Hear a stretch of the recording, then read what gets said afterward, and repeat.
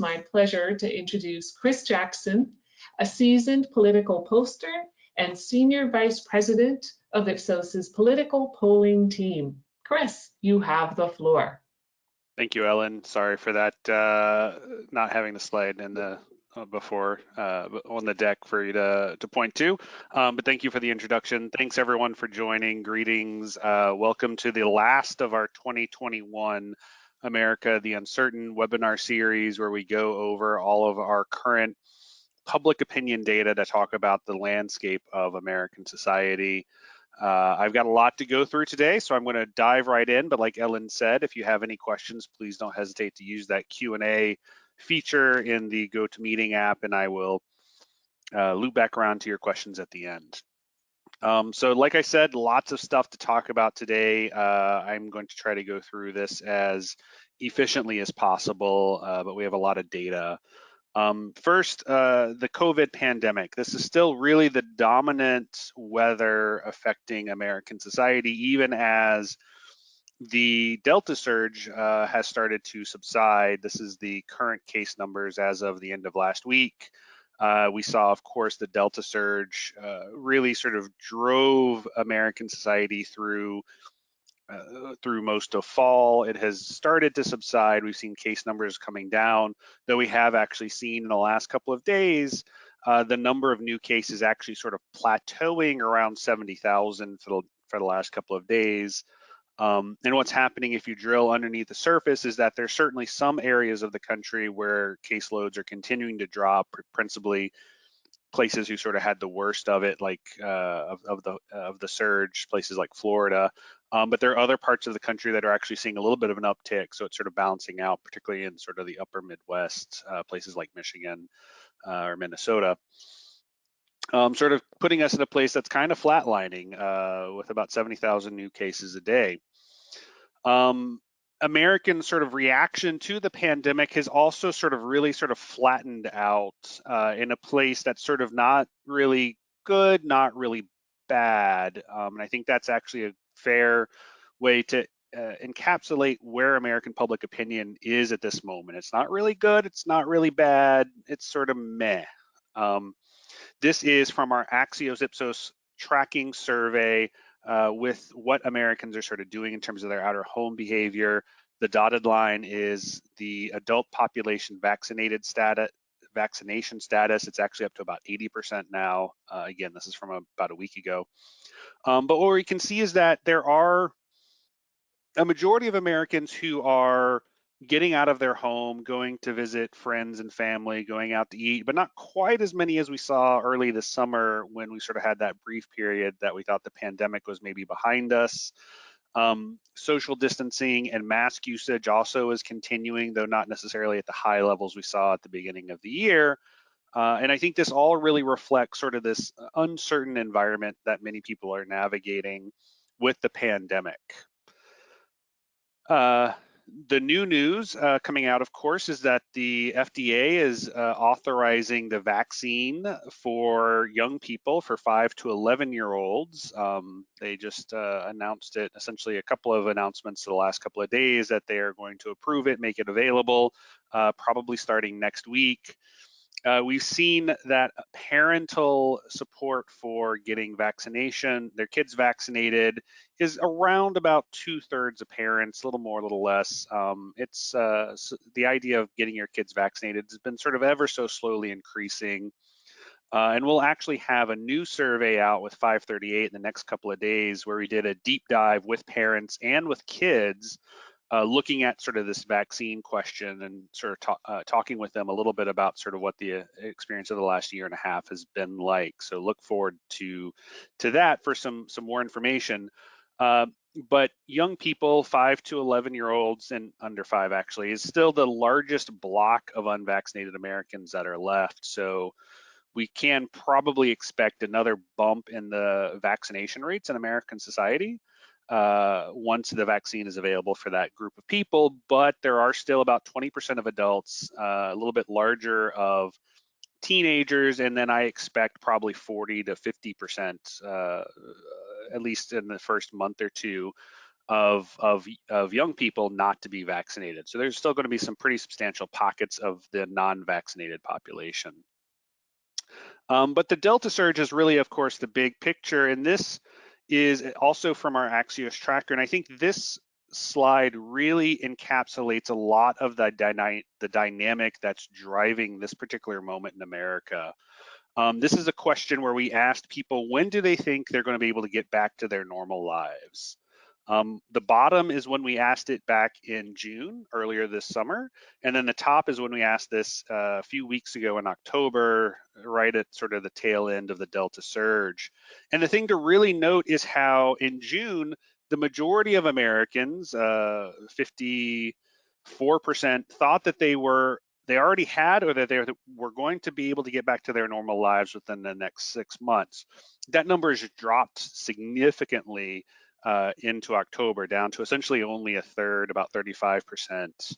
And the timeline for Americans has really shifted into the future, that it's going to be a much longer path to get out of underneath COVID, with, again, the majority of Americans, 54% thinking it's going to be 6 months to more than a year, and 10% saying that they're never going to be able to get back to normal. This sort of uncertainty, this lack of clarity about the path out of COVID really is, I think, the animating force behind a lot of the discontent and uncertainty we see in American society today and coming through into American politics. It's also affecting what we'll talk about in the next section, which is the economy. So good news first, unemployment continues to drop. We're getting close to pre-pandemic levels of unemployment, which is a good thing. That huge spike we saw right after the pandemic started, where unemployment reached almost 15%, has almost entirely disappeared. Great, job market is hot, but we're actually seeing fewer people working right now. The number of people that are sort of prime working age that are actually in the job market and in the labor force, rather, is about 5 million fewer than was the case just before the pandemic. These are people who've essentially dropped out of the labor force for one reason or another. Now, we've done a little bit of research on this. There's a lot of people who've done a little research on it. There's a lot of reasons why people have dropped out of the labor force. There's not like one single reason. It ranges from, child care or dependent care responsibilities, especially when you can't necessarily count on daycare or schools to be open with the pandemic restrictions, to people reconsidering sort of their lives and their life goals, sort of in the light of 750,000 people dying, and deciding to do something different, something maybe creative, travel, something else like that. So there is a wide ranging, but the net result is, even while unemployment continues to drop, the labor force is actually a little bit smaller than it was a year and a half ago, and that's partially driving some of the tightness we're seeing in the labor market. Consumer confidence, this is the measure of how Americans feel about the shape of the economy, is better than it was at the worst of the pandemic last year, but it's not certainly as good as it was during sort of the summer, COVID summer moment we had in sort of May and June. And it has been sliding a little bit in recent weeks as Americans are sort of going into the fall a little bit more pessimistic, a little bit more worried about the shape of the future. But it's been very noisy. There hasn't necessarily been a lot, if you dig into the data, a lot of people feeling real impacts like job losses, things like that. There's a little bit of concern about inflationary pressures, being able to afford household goods, but a lot of this movement we're seeing, a lot of the ups and downs we're seeing, is really about expectations and uncertainty in those expectations, and that people don't really know what to expect. And because of that, there's just a lot of movement up and down based on sort of whatever the news is that week, that people are sort of a little freaked out by. Like I mentioned, there is a concern, though, about consumer prices. We see that when we asked people what would help them, what would make them feel better, the most often mentioned thing is that prices for regular items would go down. Now, that's sort of always the case. People always sort of say that, but I think it does really illustrate how much, even when you compare it with COVID, or politics, that is sort of the dominant thing people are citing. Of course, COVID and politics are also certainly frequently mentioned. You see more than a third, 2 in 5 Americans saying that those are also things that are keeping their consumer confidence down. But it is, I think, a little bit of a combination of these factors. All right, turning to the environment, there was just the summit in England, the Global Environmental Summit in England. So we had a couple of data points to share on that. The environment has been increasing as an issue for Americans over the last decade. It was never a top tier issue. It was never sort of the kind of thing that many Americans said is their number one issue.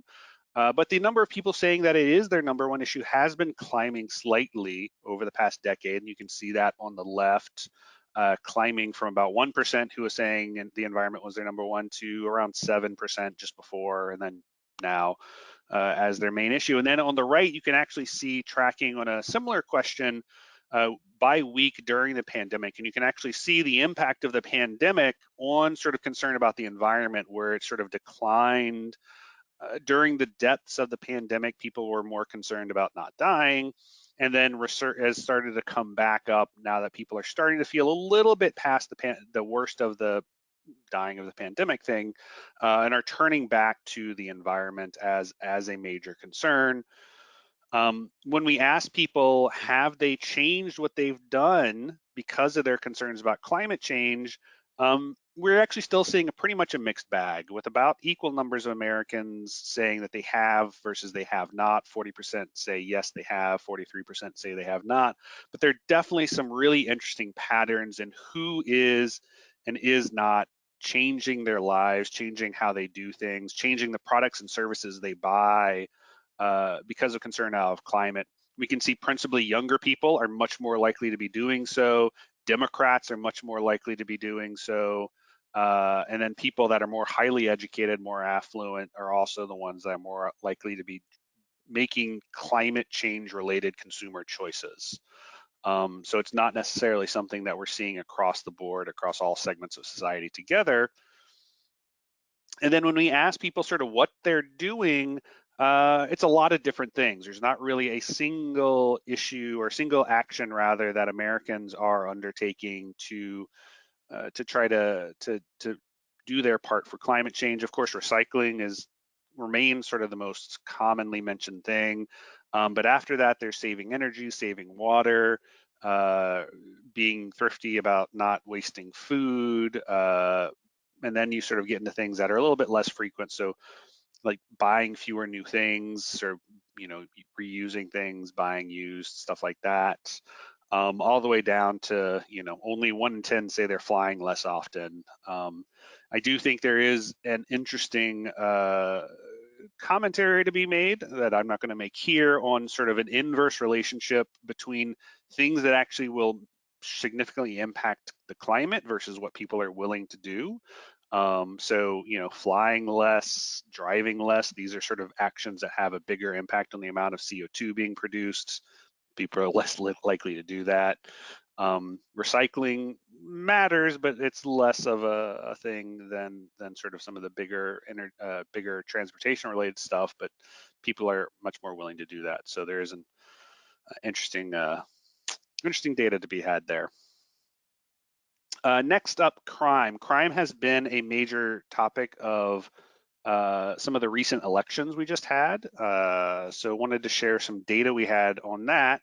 And first and foremost, wanted to just sort of underline that most Americans actually feel safe in their communities. 73% of Americans, when we ask, feel very or mostly safe when they're out in their community.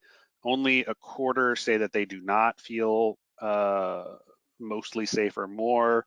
And most of that's 21% who say they only feel somewhat safe. 6%, only 6% say they feel not very or not at all safe, which I think, illustrates how, yes, Americans are sort of concerned about crime, but they're also mostly feeling actually relatively safe. And when we ask them about why do they not feel safe in their communities, we do actually see among that 27%, that the somewhat, not very, not at all, we do see actually it's a range of things. So about half say crime, About half say the coronavirus pandemic. So a lot of those people, that 27%, are actually worried about getting COVID. And then there's, other things like gun violence, potential for accident, street harassment, racial injustice. I think this actually is a good indication of how Americans don't actually understand risk, because if you actually look at your odds, you're more likely to die of an accident or injury out in your community than from crime. So, people don't actually have a very clear understanding of risk, but that is what it is.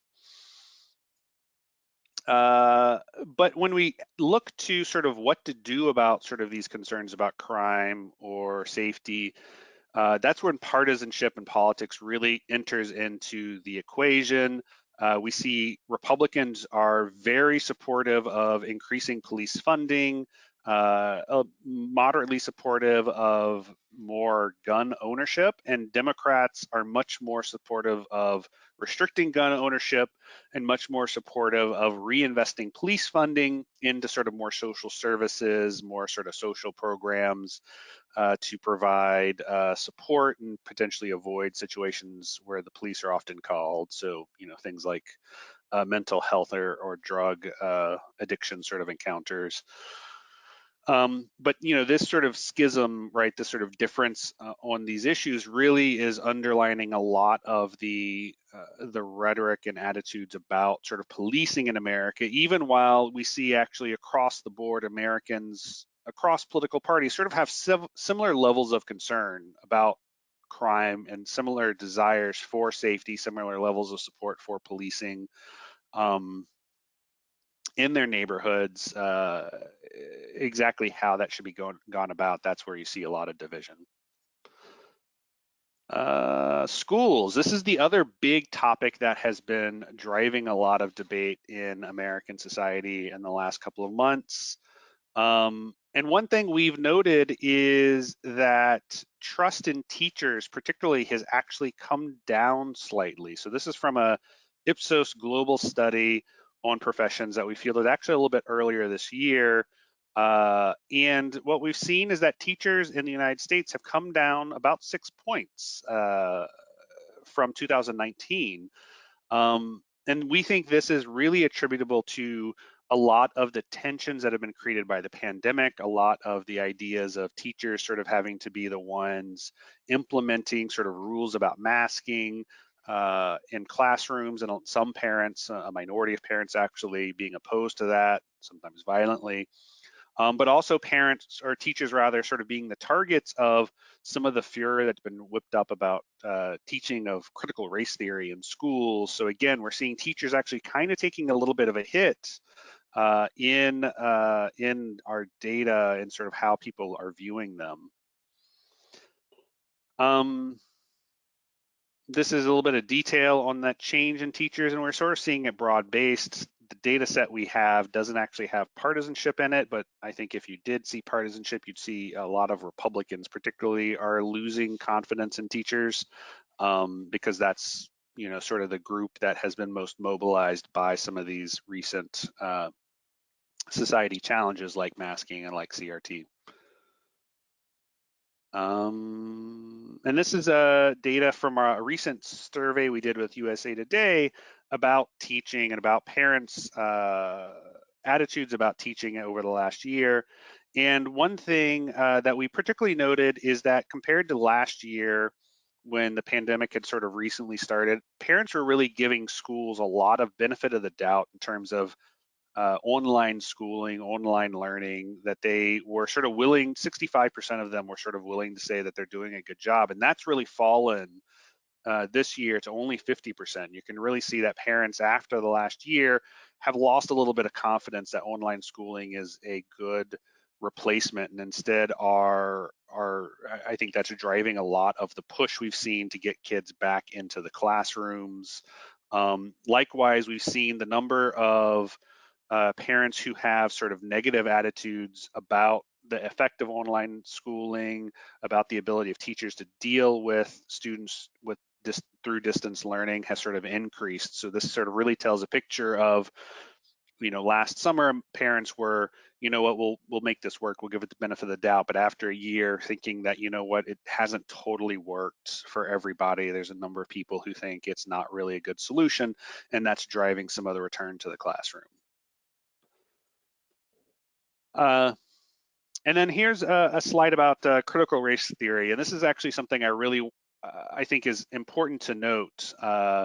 So we asked people about a split sample question, right? So we asked half the people one of these, half of the people another one of the different version of these. And we asked if, do you support or oppose this or that, right? So first we ask if, do you support or oppose, and we're showing the percentage support, state laws banning the teaching of critical race theory in public schools. And we find a third of adults say that they support that, almost a little over half of Republicans, about a quarter of Democrats. But then when we ask the other half, do you support teaching high school students about racism and its impact in the United States, we see 3/4 of Americans support teaching about racism and its impact in the United States, including a majority of Democrats, a large majority of Democrats and a majority of Republicans.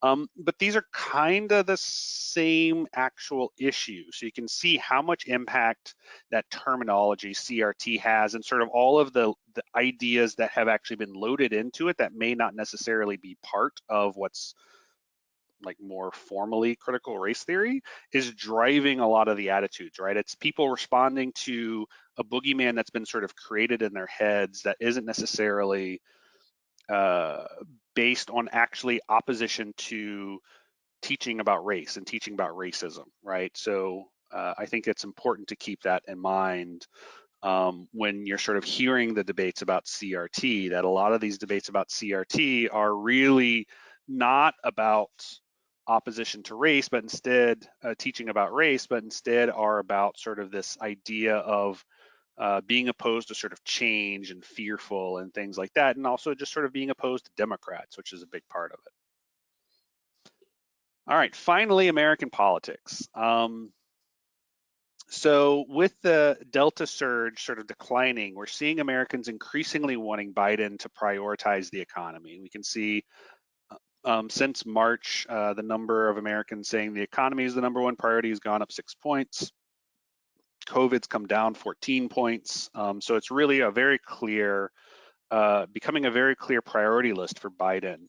But the problem is the Biden and the Biden administration have not really sold the American people on their economic program. So the Buildback Better is the big social spending program that the administration's been trying to get through Congress. Biden on Thursday of last week came out with a framework for what they think will actually pass. But we can see from this survey we did with ABC News over the weekend that very few Americans actually are following the negotiations closely, and even fewer feel like they have a great deal of knowledge about what's in the programs. And as a consequence, Americans are very much split on what they think the impact is going to be on them, between hurt, helped, have no effect, or don't know. And this is, and actually this is, I don't have this as a slide, but it is a poll we recently released today actually with Reuters. When you actually list off the various aspects of the plan and the framework that Biden released, they all get supermajority support. So, the idea, even the taxing elements, which are basically increased taxes on the rich people, we see supermajority support. So Americans don't have an idea of what's actually in this plan, and as a consequence, the partisanship is sort of taking over. So Democrats are a little more supportive, Republicans are more opposed, and the Biden administration has really failed to sell it to the public. Likewise, the administration has really been struggling to manage the pandemic in the public's mind. So this is data from our Axios survey about the number of Americans who are confident in the administration's ability to handle various aspects of the pandemic. And you can see that in terms of handling the vaccination effort, people are actually still pretty confident in Biden. They've been able to get the vaccine out pretty good, but the ability to ensure the economy recovers, that's the one in the middle, has come down almost 10 points. So people are not as confident about Biden's ability to get the economy going. And then we asked a couple of new ones, and this last one I think is actually the one that's also really important. only 1 in 5 Americans think that the Biden administration is going to be able to convince skeptics to get the vaccine. So we're seeing a real sort of weakening of confidence in the Biden and the administration's ability to deal with COVID, at the same time that the public really doesn't know what Biden is doing on the economy to sort of build up the economy. And as a consequence of both of those and the Delta surge, which has really sort of brought American society to a halt, we're seeing Biden's approval ratings really taking a little bit of a beating over the last couple of months. And this is from our ABC News polling. You can see from earlier this year, the spring, when shortly after Biden assumed office, and his numbers were pretty solid across the board, he's really slid across pretty much every metric, including dealing with COVID, which he just now is about 56% approval, rebuilding infrastructure 52%, the economy 47%, crime 43%, gun violence 39%, and then immigration, which is his worst mark at 31%. Biden's really been taking a beating over the last couple of months, really since sort of late this summer, once the Delta surge really started coming back in earnest. And it's really sort of happening across the board. It's not happening in one space.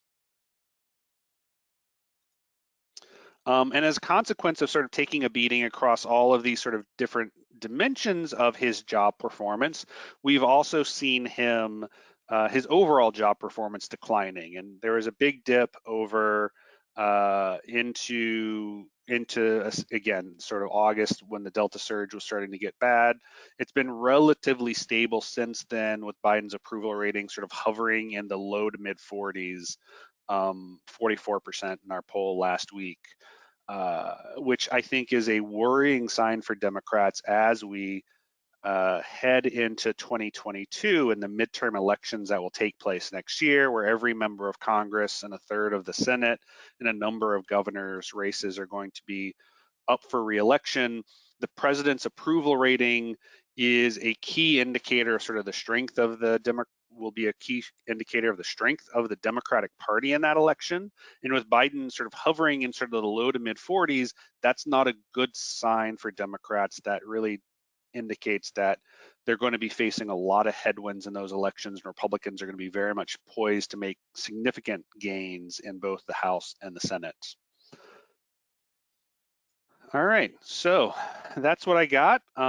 If you have any questions, please submit them on the Q&A field, and let's see what we got. First one, what's the impact of last night's Virginia and New Jersey elections? Well, that's a good question. We don't know quite yet. One, we don't know who actually won in New Jersey yet, because it's still like, when I last saw, it was like 400 votes difference between the two candidates. So, but I think the big takeaway is in both states, both Democratic candidates did between 12 and 15 points worse than Biden did last year in the presidential election. Now, turnout was a little bit smaller, 15, 20% lower, but that's a big drop compared to where those states were last year. And if that were to hold up through to next year, that 10 to 15 point gap, that would be a really large Republican wave going into the midterms.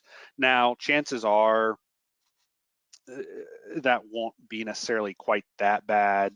Hopefully the Delta surge will sort of end and we'll be able to sort of get back to our lives a little bit more. COVID will be less central of an issue, things like that, so that Biden's numbers can bounce back up. But, if there's some new variant of COVID, if all of this sort of continues on, yeah, I think that this is definitely an early warning sign for Democrats that the national situation is a drag, because you have two races that are basically independent. An incumbent governor who wasn't hugely popular but wasn't hated in New Jersey, a former governor who wasn't actually terribly well liked running to succeed a Democratic governor who also actually wasn't terribly well liked, but both in states that were pretty blue. Biden won Virginia by I think, about 10 points last year, and he won New Jersey by about 15 points. So the fact that these sort of relatively neutral, not great, but not terrible candidates are running that far behind the Democratic Party's position a year ago is definitely a very worrying sign. And I think, as I was referencing a minute ago, with Biden really struggling to explain his economic plan and struggling to make headway dealing with COVID, there's a lot of Americans who just aren't terribly convinced that the administration has a path out of things for us. Next question. How many Senate seats are, I don't really know this. How many Senate seats are the Republicans going to be able to pick up next year? That's also, I think, probably a question everyone has. So the Senate's currently divided 50-50.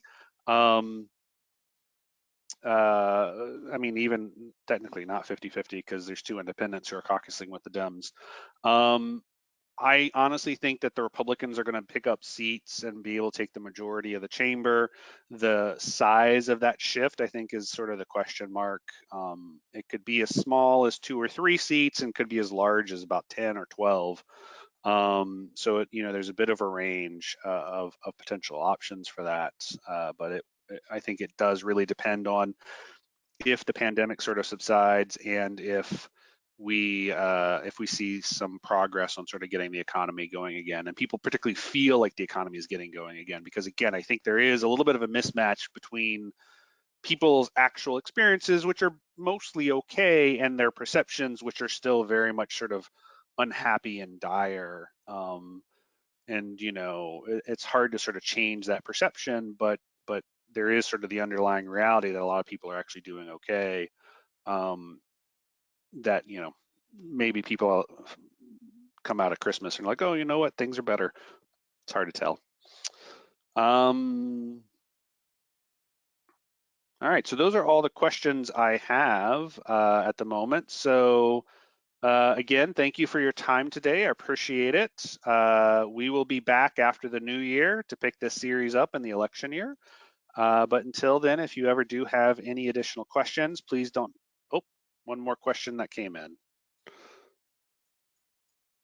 What role do you think populism is going to play in the 2022 elections? That's a great question. I love that. I think it depends on how you define populism.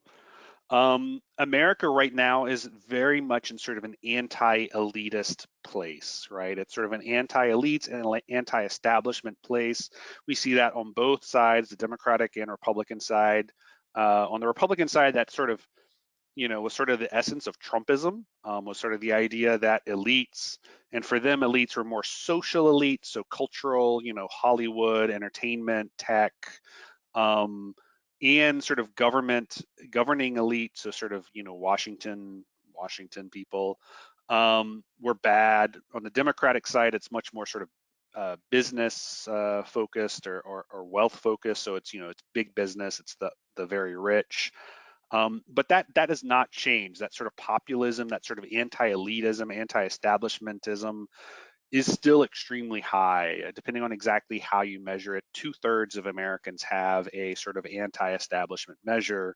And that makes it hard when you are sort of running the country to sort of keep the enthusiasm up, right? If you are the establishment, it's hard to sort of tap into anti-establishmentism. Democrats have been able to sort of benefit from it for the last 4 years while Trump was president and Republicans controlled most of government.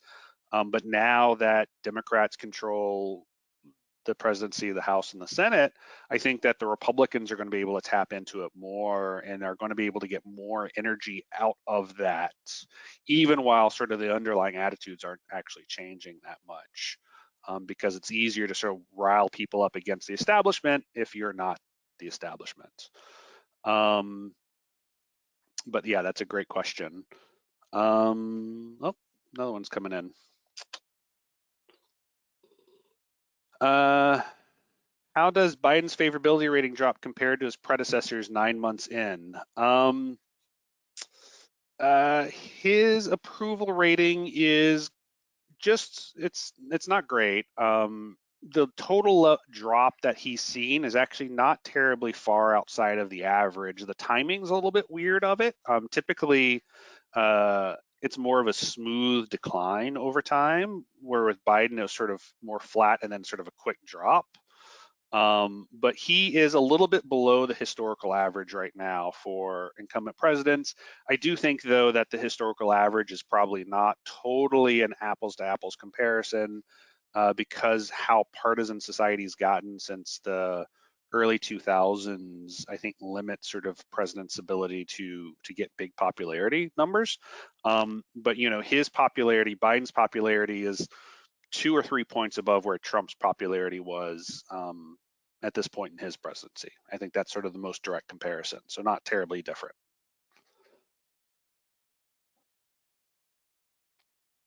All right, so that's what we got. Again, thank you. This, like Ellen said, this deck will be available on our website, and if you do ever have any questions in the meantime, please don't hesitate to reach out and contact us. We're always happy to talk, always happy to compare notes, and any of this data I shared today is also available. This is all public information, so happy to share it. Thank you.